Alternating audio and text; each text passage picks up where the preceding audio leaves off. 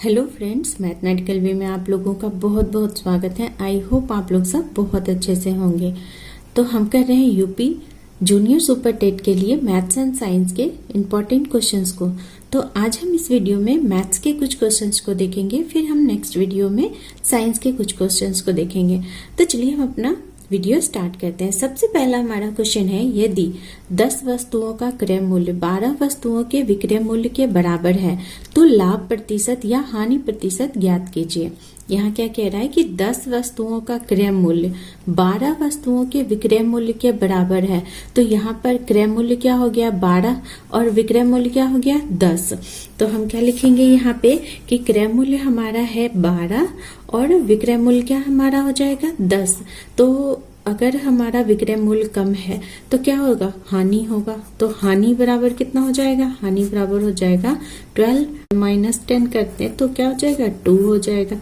2 हो गया हानि। अब हम हानि प्रतिशत निकाल देते हैं। तो हानि प्रतिशत निकालेंगे तो कितना होगा, तो 2/, कितना आ जाएगा, ये क्रय मूल्य हमारा 12 है, इंटू में क्या हो जाएगा 100 हो जाएगा। यहाँ से हम कट करेंगे 6, तो 100/, क्या आएगा 6 आएगा। जब हम इसको सॉल्व करेंगे 16 2/, क्या आ जाएगा 3% आ जाएगा। ये हमारा आंसर हो जाएगा। नेक्स्ट हम क्वेश्चन देखते हैं।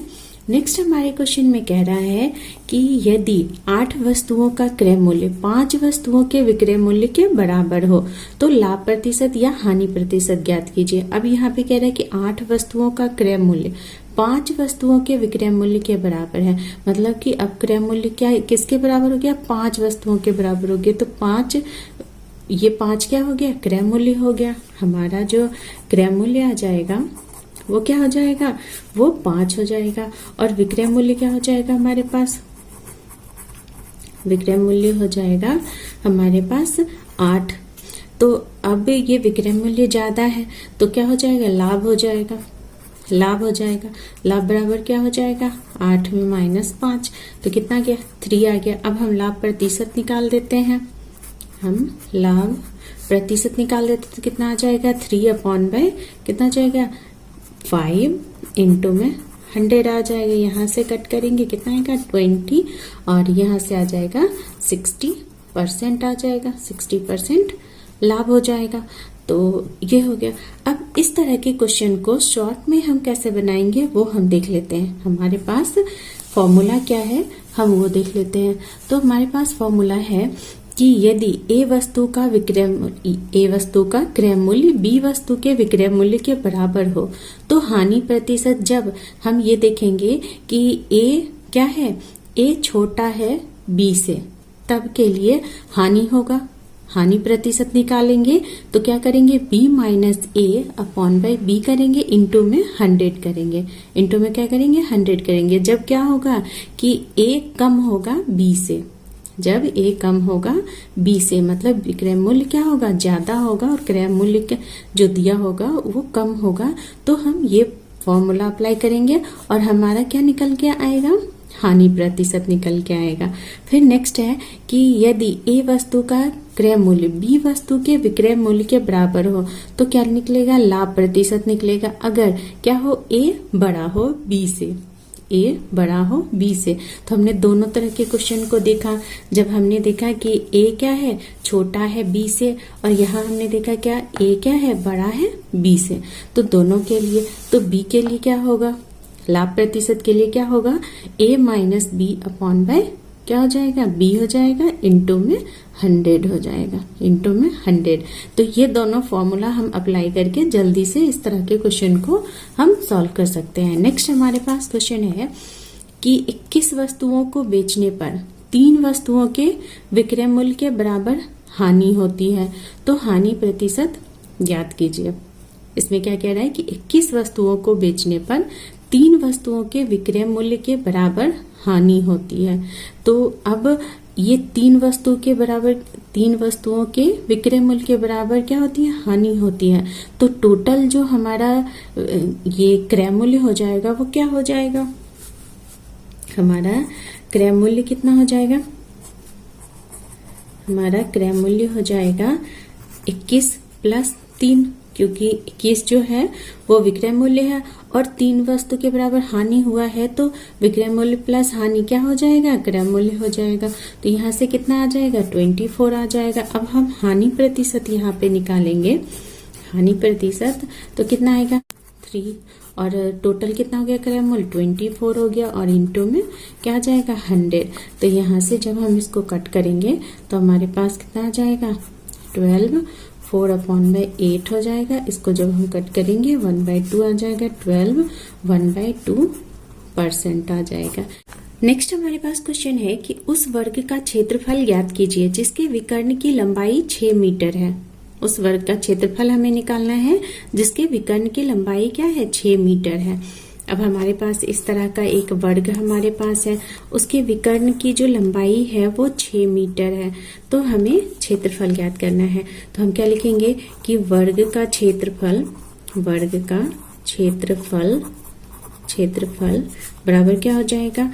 तो वर्ग का क्षेत्रफल जब हमें विकर्ण पता हो तो हम क्या करते हैं कि विकर्ण का स्क्वायर अपॉन बाय 2 कर देते हैं, तो हमारा क्षेत्रफल आ जाता है वर्ग का। तो हम यहाँ पे करेंगे, तो 6 है तो 6 का स्क्वायर अपॉन बाय 2 हो जाएगा। तो यहाँ से क्या आ जाएगा, 6 × 6 अपॉन बाय 2, यहाँ से कट होगा 3 और कितना हो गया, 18 वर्ग मीटर हो जाएगा क्या, इस वर्ग का क्षेत्रफल हो जाएगा।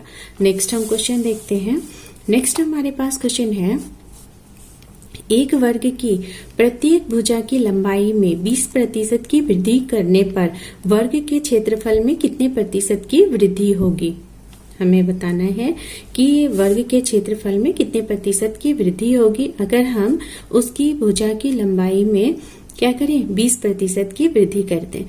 तो जब भी ऐसा क्वेश्चन आए कि कोई वर्ग हो, आयत हो, तो उनकी भुजा में अगर वृद्धि हो रही हो, x% की वृद्धि हो रही हो और y% की वृद्धि हो रही हो, वर्ग की तो भुजाएं बराबर होती हैं, अगर आयत की भुजाएं हैं तो भी हम ऐसे कह सकते हैं कि x% की वृद्धि लंबाई में हो रही हो, y% की वृद्धि चौड़ाई में हो रही हो। तब के लिए हम एक फॉर्मूला अप्लाई करते हैं कि x + y अपॉन बाय 100। ये हो जाता है कि जब हम क्षेत्रफल में वृद्धि निकालते हैं, ये क्या हो गया, क्षेत्रफल में कितनी वृद्धि होगी। अब अगर हम x% और y% उसकी भुजाओं में वृद्धि कर दें तो क्षेत्रफल में वृद्धि बराबर हो जाएगा। तो यहाँ से निकाल लेंगे, तो हम यहाँ पे क्या आ जाएगा, इसकी सारी भुजाएं बराबर होती है, तो हम क्या लिखेंगे यहाँ पे कि 20 प्लस में 20 इंटू 20 अपॉन में क्या जाएगा 100। यहाँ से कट हो गया 2 0 और यहाँ से क्या आ गया 40 प्लस में 4 आ गया, तो 44% की वृद्धि हो जाएगी। नेक्स्ट हमारे पास क्वेश्चन है कि 9 सेंटीमीटर त्रिज्या के ठोस गोले से प्राप्त धातु से 0.15 सेंटीमीटर व्यास के तार की लंबाई क्या होगी। इतना व्यास के तार की लंबाई क्या होगी। अब हमारे पास दिया हुआ है कि एक ठोस गोला है हमारे पास जिसकी त्रिज्या कितनी है, 9 सेंटीमीटर है, 9 सेंटीमीटर है। तो अब उसको क्या किया गया, पिघला करके एक लंबा तार बनाया गया। तो जो गोले का आयतन होगा, ठोस गोले का आयतन होगा, वही तार का भी आयतन होगा। तो दोनों के आयतन को हम बराबर कर देते हैं, तो हमारा यहाँ से लंबाई निकल के आ जाएगा।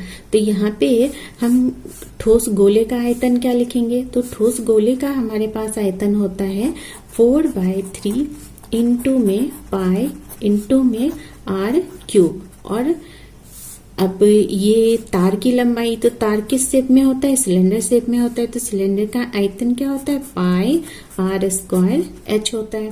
अब यहाँ पे r1 डाल देते हैं, तो अब यहाँ से पाई और पाई तो कैंसिल आउट हो गया। अब यहाँ पे वैल्यू डालते हैं, तो यहाँ पे 4/3 इंटू में क्या आ जाएगा r³, तो यहाँ से क्या है 9 इंटू 9 इंटू में 9 इक्वल टू, यहाँ से r1² है तो इसका r क्या हो जाएगा 0.15 अपॉन बाय 2 हो जाएगा, इंटू 0.15 अपॉन बाय 2 हो जाएगा, इंटू में h तो हमें फाइंड करना है। अब हम इसको सॉल्व करते हैं। तो यहाँ से 3 से ये 3 कट कैंसिल आउट हो गया। यहाँ से हम क्या करते हैं, इसको हटा के नीचे 100 कर देते हैं, यहाँ से नीचे 100 कर देते हैं। तो यहाँ से 3 आ गया और यहाँ से 20 आ गया, फिर यहाँ से 3 और यहाँ से 20 आ गया, और यहाँ से ये 3 कैंसिल आउट हो सकता है, तो 3 आ गया यहाँ से। अब हम कट करते हैं यहाँ से, फिर जब हम इसको सॉल्व करेंगे तो h इक्वल टू हमारे पास आएगा 172,800 सेंटीमीटर आएगा, या फिर हम मीटर में चेंज करके इसको लिखें तो क्या आएगा 1728 मीटर आ जाएगा। मीटर, इतना मीटर लंबा वो तार बनेगा। आई होप समझ में आ रहा होगा। नेक्स्ट हमारे पास क्वेश्चन है कि 11, 12, 14, 18, x+2, x+4, 30, 32, 35, 41 को व्यवस्थित करने पर माध्यिका 24 है। माध्यिका कितना है, 24 है। तो हमें इस x का मान निकालना है, इस x का मान निकालना है। अब हम यहाँ पे क्या करते हैं, माध्यिका हम कैसे निकालते हैं, तो माध्यिका निकालने के लिए सबसे पहले जो हमारे पास ये डेटा होता है उसको हम अरेंज करते हैं, किसमें, असेंडिंग ऑर्डर या डिसेंडिंग ऑर्डर में, फिर हम उसमें माध्यिका निकालते हैं। तो अगर हमारे पास ये जो नंबर दिया हुआ है वो अगर सम संख्या आता है तो हम कैसे माध्यिका निकालते हैं, और विषम संख्या आता है तो हम कैसे माध्यिका निकालते हैं वो देखते हैं। तो हमारे पास क्या है यहाँ पे 1, 2, 3, 4, 5, 6, 7, 8, 9, 10, तो ये क्या है, सम संख्या है, मतलब ये नंबर जो है वो सम में है, 10 है। तो अब हम यहाँ पे अगर ये सम संख्या में है तो माध्यिका हम कैसे निकालते हैं, तो माध्यिका निकालने का फॉर्मूला होता है, माध्यिका बराबर होता है कि 10/2 वहाँ पद प्लस में 10/2 प्लस 1वां पद